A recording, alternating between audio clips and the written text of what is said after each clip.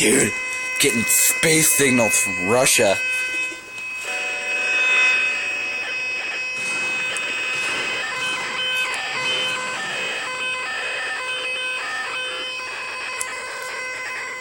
This is so cool.